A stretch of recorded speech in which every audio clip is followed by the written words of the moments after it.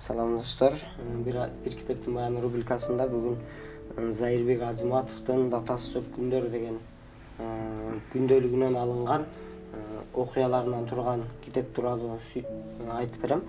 Зайырбек Азиматов өзү акын катары, журналист катары белгилүү болгону менен анын күндөлүгүндө айтылбаган сырлар, көп нерселер бар экен. Анан Зайырбек Азиматовдун өзүнүн өзгөчөлүгү бул Facebook'a жарыялаган өзүнүн бул көркөм чыгармадай болуп аябай көркөмдөп жазгандыгы өтө таасирдүү.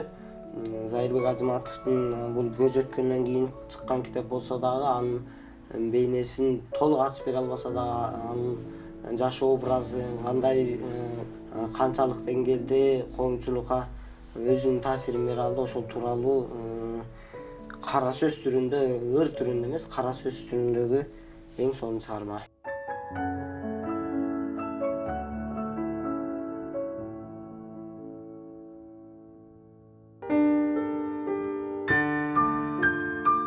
Бар өзгөрөт, бар өчөт дейт турмушта.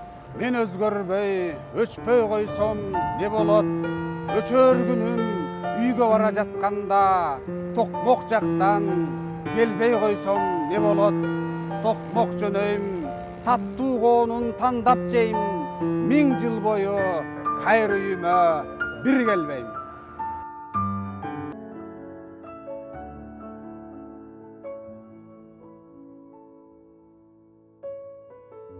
Ичиндеги эң маанилүү сюжетти айта турган болсок, азыркы учурда адамзаттын баарын эле тили бурулуп кетип аткандай болуп атат. Ошол учурда Зайырбек Азиматов өзүнүн айылдагы каада көргөн, салт көргөн, чоң ата чоң энелерден уккан немелерин айтат да.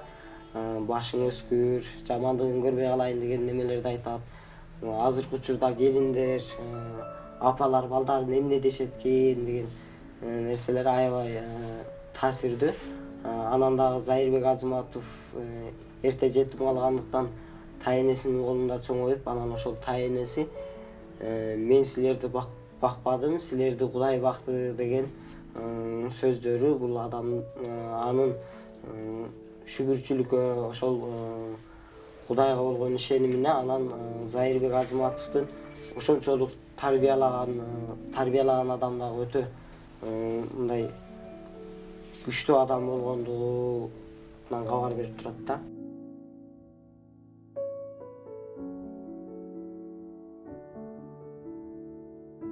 Апакебай, тынчпы баары айылда, а мен жатам тумоо тиип тамымда, жаз суугуна калган окшойм урунуп, жылуу кийин деген сиз жок жанымда.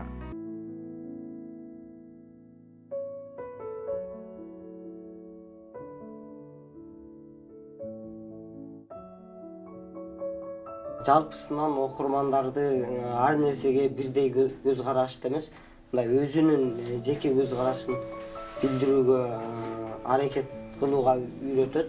Зайырбек Азиматов ыр эле жазганы менен, бирок ошол саясаттагы аркы, берки, тиги бу дегендей көп нерсеге мындай эки тараптуу ой жүгүртүүгө мындай жакшыраак да.